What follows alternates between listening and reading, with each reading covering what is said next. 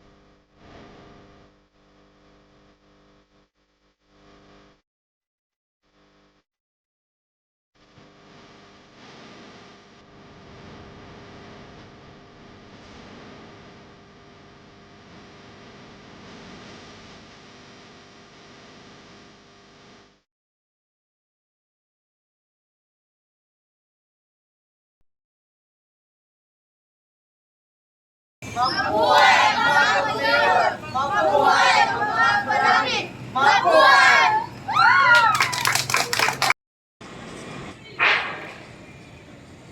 Salamat. Maraming salamat sa lahat ng suportang ibinigay niyo sa amin ng aking anak.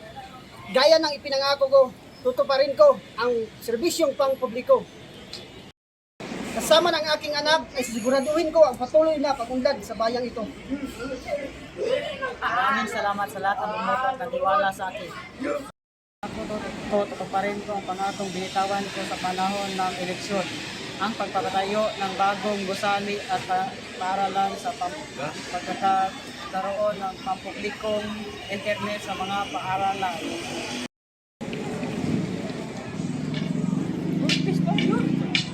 Mabuhay ang mga mayor! Mabuhay ang mga barangay! Mabuhay!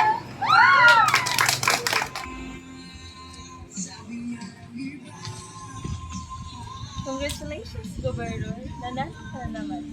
Ngayon, wala namang kapigil sa plano natin. Kailangan na magsimula ng operasyon. Mas maaga, mas mabuti. Tama ka.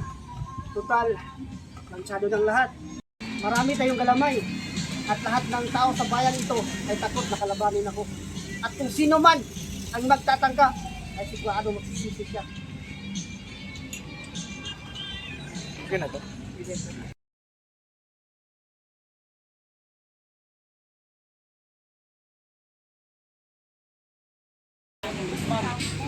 Oo naman, yun. Kayo pa.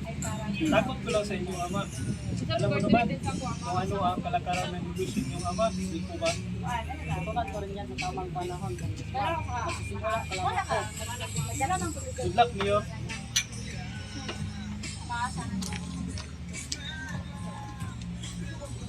Isbad! Maasahan mo ako, guys. Salamat. Arayara.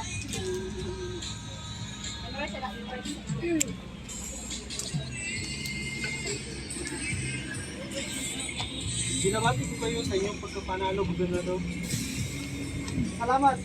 At sana sa darating pang panahon ay patuloy pa rin magiging. At sana sa darating na panahon ay patuloy pa rin magiging maayos ang ating samahan. Makakaasa ka, Gobernador. Ngunit, paano na yan? Nanalong Vice Mayor, si Chacho Sabalya, na anak ng dating Gobernador. Alam mo naman, na ikaw ang bibigay ng kanilang pampong sa pagkamatay ng kanilang ama. Huwag kang mag-alala. Wala naman sila makikita ng ebidensya laban sa akin. Kaya,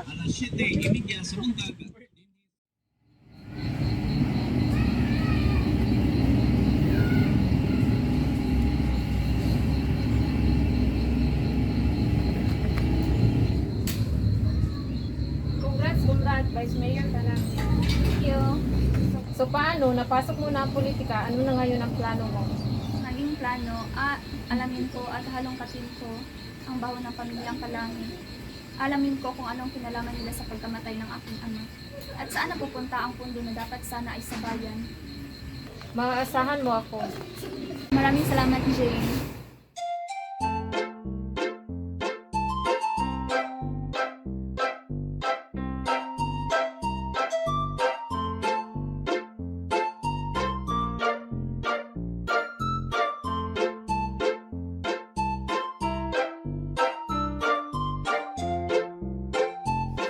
Marites, perti na ko ka-stress imong mga chismis, bes kay makadepress. Unsa man ang imong ginapanabi, ako bisyoso gibali pa nimo nga sa tong lugar ako chismoso. O kayo riyan, ihanan niyo na bayad niyo sa ticket para naman mapadali ang trabaho ko. Ay naku po, sir. Pasensya na po kayo. Wala pa akong kita ngayon. Tumal po kasi ng tenta. Pwede bang balikan nyo na lang ako mamaya, sir? Ay naku, Alin Gemma. Palagi ka na lang ganyan eh. Alam ko na estilo mo. Tumal lang binta ngayon. Ang taas ng presyo. Tumaas din kasi ang singilin nyo. Eh kung babaan nyo ang singil nyo, naghahanap buhay naman tayo, sir. Kado! Gen! Lan!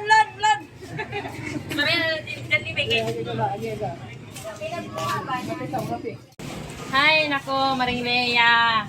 Nanalo naman yung anak ng dating mayor natin. Iwan ko talaga kung may pagbabago ba sa sistemang nating ito. Ay nako, sinabi mo pa. Tumaas nyo naman ang bilihin, tumaas din naman ang bayarin. Wala nang pinagbago sa sistema natin. Pero sa kanila na namamahala, ayun, lalong yung mayaman. Ay, sinabi mo pa. Tingnan mo nga yung pamilya nila Mayor. Balita ko madalas daw nagpupunta sa ibang bansa ang mga yan. Saka ito pa, may sariling rest house yan sa Bohol. O di ba? Bongga! Eh, ang tanong, saan galing ang yaman nila? Tingnan mo nga naman yung asawa niyo. Walang trabaho. At yan si Bob, tumatanggap lang ng sweldo galing sa gobyerno natin. At ang anak naman yan, ang mayor natin ngayon, alam naman natin sunod-sunuran lang yan sa ama niya. Ewan ko nga kung bakit nanalo yan eh. Nako! Nagtaka ka pa. Alam naman natin. Takot ang mga tao sa kanila. Oo nga, ano. Ewan ko, bahala ka na dyan. Huwag na tayo maribis tayo. Minta na lang tayo. O, kado! Kado sa akin! Ito.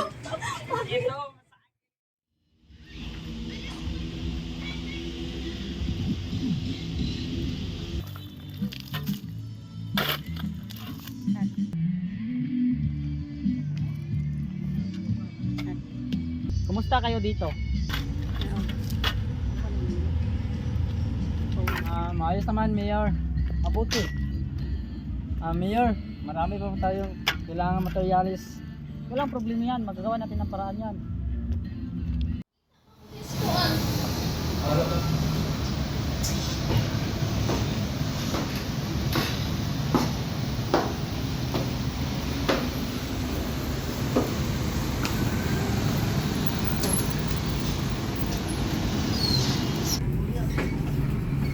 Hi, Mayor. Good morning. Good morning. Anong may paglilingkod ko sa iyo? Magandang binibini. Ayon kasi sa impormasyong nasagop ko, nagkulang daw ng materialis ang pinagawa mong bagong building na eskwelahan. Nung nangyari, hindi ba't nagbigay naman ng sapat na pondo ang gobyerno sa proyektong iyan? Oo, nagbigay nga ng pondo pero alam mo naman mataas ang presyo ng mga materialis ngayon at isa pa, kulang ang mga binigay ng gobyerno para matapos ang proyekto. Kaya naisipan kong humingi ulit ng budget para ipagtutuloy ang mga proyekto. Bakit? Pinagdududahan ba ako? Naman, nakakapagtaka lang. O siya, hindi na ako magtatagal at may meeting pa tayo with the board members. Mauna na ako sa boardroom.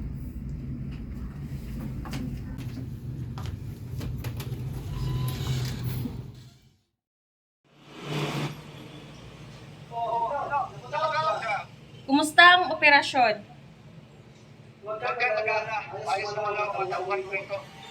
Mabuti naman. Pinapaalalahanan lang kita dahil alam nating mainit tayo sa mata ng mga kapulisan. Kailangan ng dubling pag-iingat.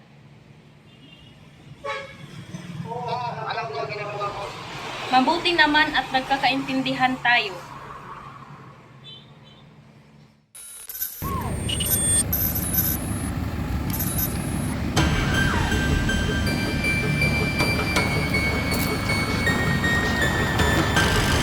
Magandang gabi po. Ano naman ang truck? Ay nako, mga i-deliver lang po ng mga prutas. Ah, ganon? Sa bisuras ng gabi? Magde-deliver kayo? Yun po kasi ang utos sa amin ni Mayor, ma'am. Ah, ganon ba? Pasensya na. Maraming salamat.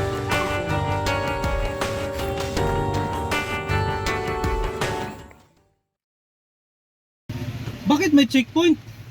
Oo nga, sabi ni Mayor, malinis ang dadaanan natin. Tawagan niyo si Mayor. Sabihin mong may checkpoint ang mga sundalo rito.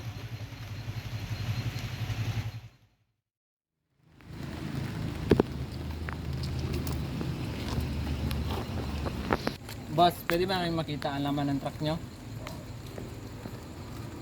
Madali lang to, makipag-cooperate na lang kayo. Oo, boss. Walang problema. Pakibukas sa likod.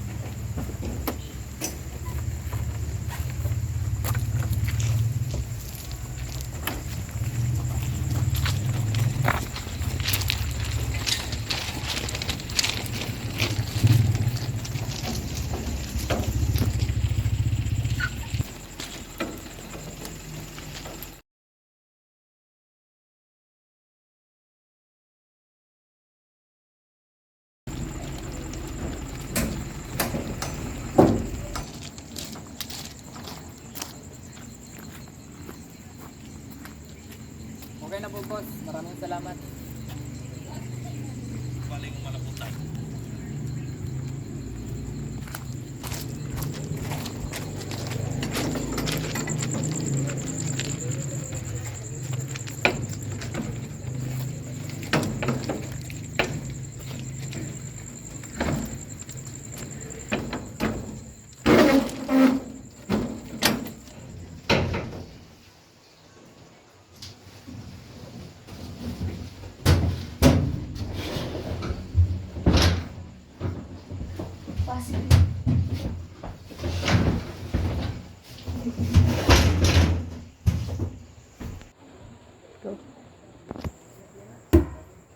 Hello.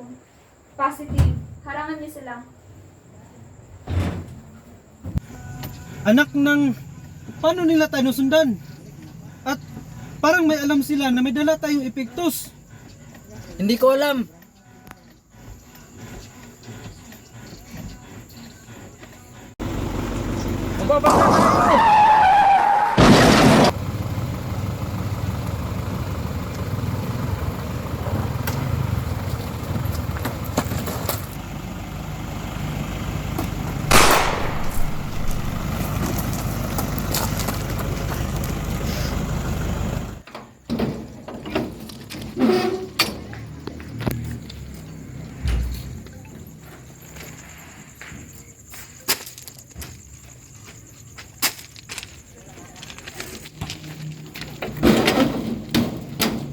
Kayo nang bahala sa kanila.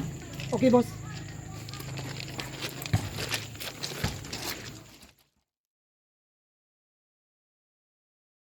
Monyeta! Ngayon pa! Sino silang ulong naglakas loob na kalabanin ako? Boom!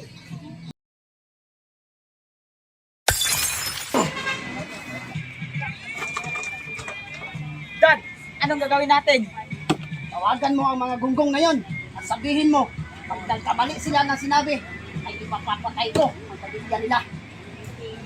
Sa tagal ng operasyon, ngayon pa, malaking tira ang mawawala sa atin.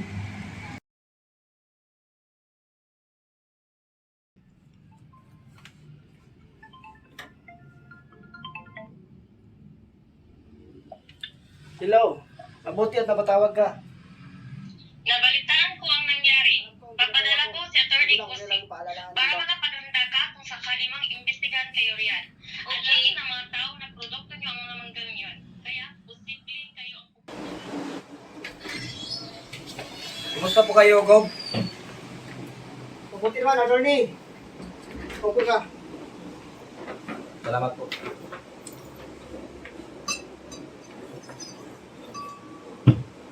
Attorney, alam mo na kung bakit kita pinatawag. Kailangan malusutan ko ang problema na to. Inuman mo na.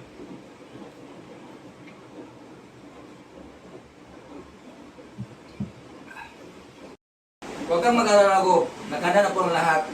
At nasabi sa akin ni Queen ang lahat. Wala naman po silang ebidensya na sa kayo galing ang mga prutas. Tangi may-ari lang kayo ng mga prutas. Pero may tao kayo na mamahala talaga dito. Pwede naman siyang idiin kaya makalusot pa rin kayo. Maraming salamat, Atty. Wala naman. Pero hindi lang yan. Alam na ni Rodrigo Zabalya ang anomalyang ginawa ko. At ngayon, ipinapasa niya na ang papel sa audit. At kung makalusot yun, malalaman na ng taong bayan ang anomalyang ginawa ko at ang pagnanakaw ko ng pira sa kaban ng bayan. Akala mo ba naman? Manang-mana pala sa tatay niya ang babaeng iyon? Kaya sumabak sa politika ang babaeng yan. Dahil nagbalak sa babagsikin ako. Katulad ng kanyang ama. Na nagkakamali siya ng binagat. Magsisisi siya. Kailangan mawala sa alam sa ng babaeng yan. Katulad ng kanyang ama. Alam mo lang gagawin mo, Atty.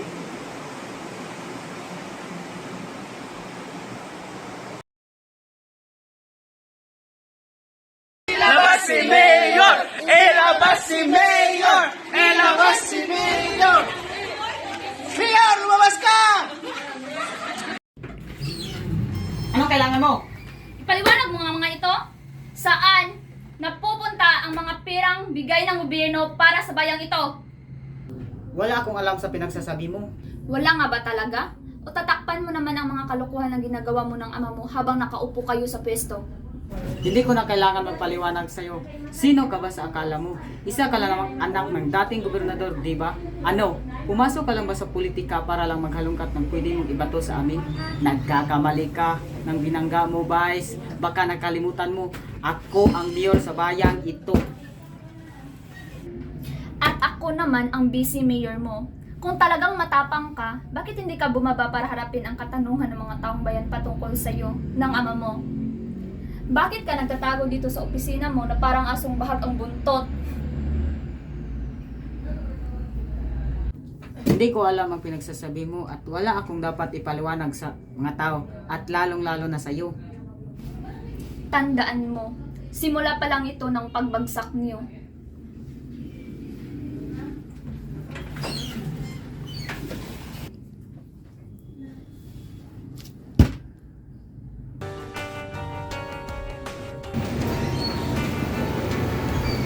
Magandang araw po, ma'am. Ka na ba?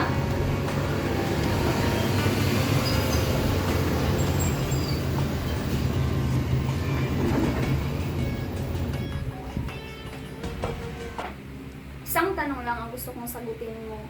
Sino ang boss niyo?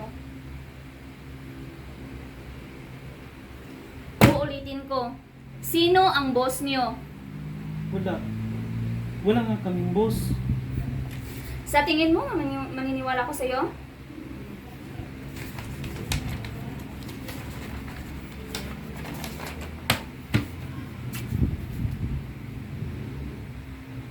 Tingin mo, makakasiguro ka sa kaligtasan ng pamilya mo? Hindi. Ngayon pa lang, gumagalaw na ang tao ng amo mo para gawing pain ang pamilya mo para hindi kayo magsalita. Pero, inunahan na namin sila, nasa pangangalaga sila ng pulis at sundalo. Ngayon, kung ituturo mo sa amin kung sino ang nag-utos sa inyo, makakasiguro ka sa kaligtasan ng pamilya mo. Bibigyan kita ng 5 minuto upang pag-isipan ng mabuti ang desisyon mo.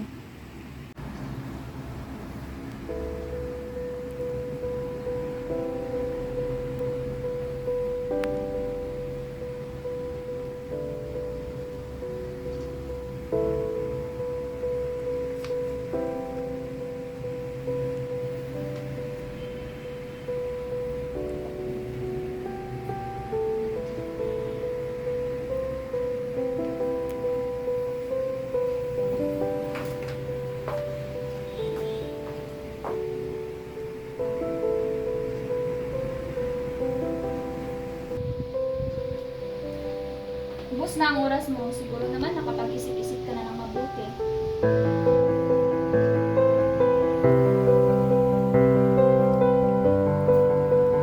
Siguraduhin mo lang na ligtas ang aking pamilya. parang awa mo na.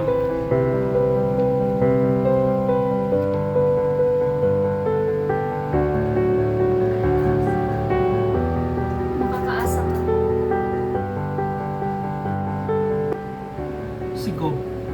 Si Gob Palangi at si Mayor. At meron din silang Shabu Laboratory sa ilalim ng banggahan nila gobernador. At siya din ang napapatay sa iyong ama. Ano?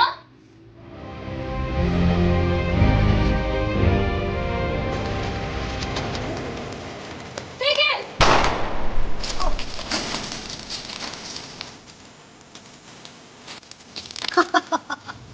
Bahala ka talaga sa tatay mo! Hayop ka! Pinatay mo ang tatay ko! Alam mo kung bakit? Masyado siyang pakialamero. Kaya nararapat lang na mawala siya sa landas ko!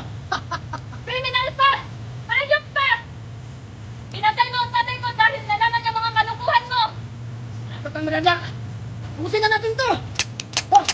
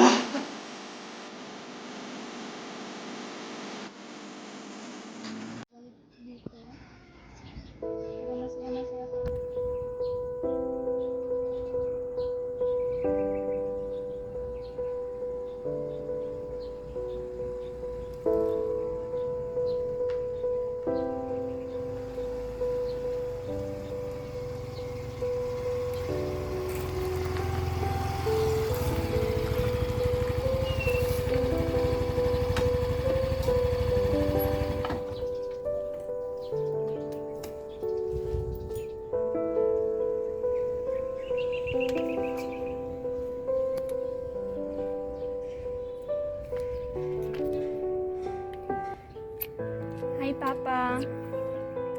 Pasensya na po at ngayon lang po ako nakabalik dito ulit. Pero alam niyo po, Papa, masayang masaya po ako sapagkat nalaman ko na po kung sinong pumaslang sa inyo at nabigyan ko na po ng hustisya ang pagkamatay ninyo. Sana po ay maging masaya na rin po kayo. Mahal na mahal po kita, Papa. And I miss you.